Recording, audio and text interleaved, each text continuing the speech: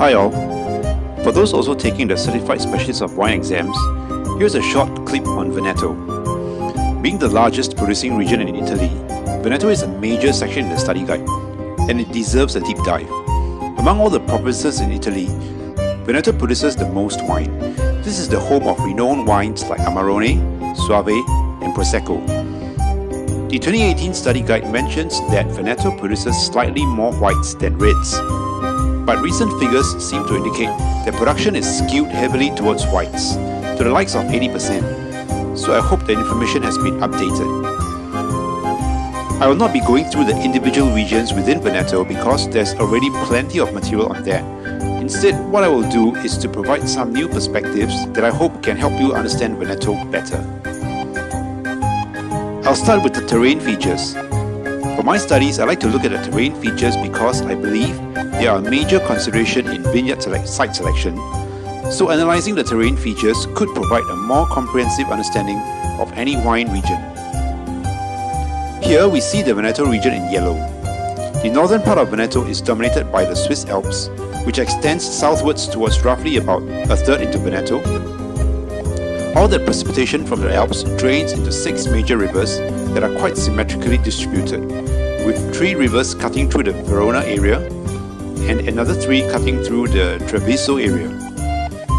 We also have another major water feature to the west, Lake Garda, that helps to moderate excessive temperature fluctuations. Here's a mapping of the temperature within Veneto. A caveat, the temperatures shown here are only a snapshot of the temperature that has been averaged over a week in around mid-April, so it does not reflect the temperature profile within Veneto over the year. To get a more accurate picture, this snapshot should be taken more regularly, say every season.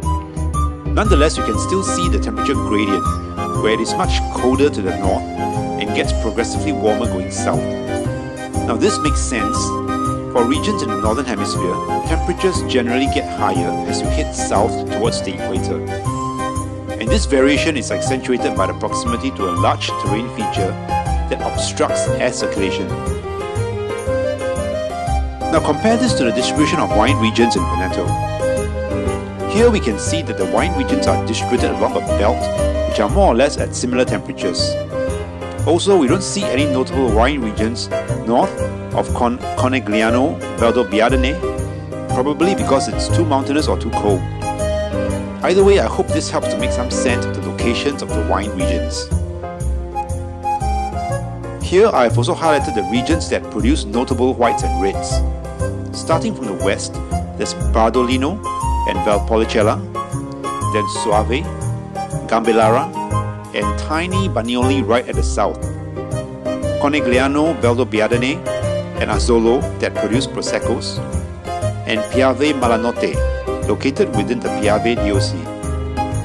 Lison is unique in the sense that only Friulano is allowed.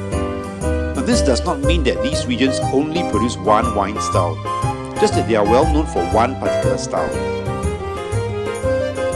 These regions are also highlighted for another reason, because they share some common grape varieties, and I've grouped them in this manner so it's easier for me to remember.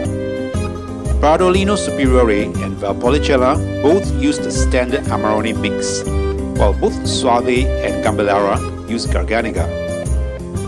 Glera is used in the Prosecco producing regions, while Piave Malanotte and Bagnoli Friularo only allow Raposo, a native variety. I hope this quick presentation has helped you to improve your understanding of Veneto in one way or another.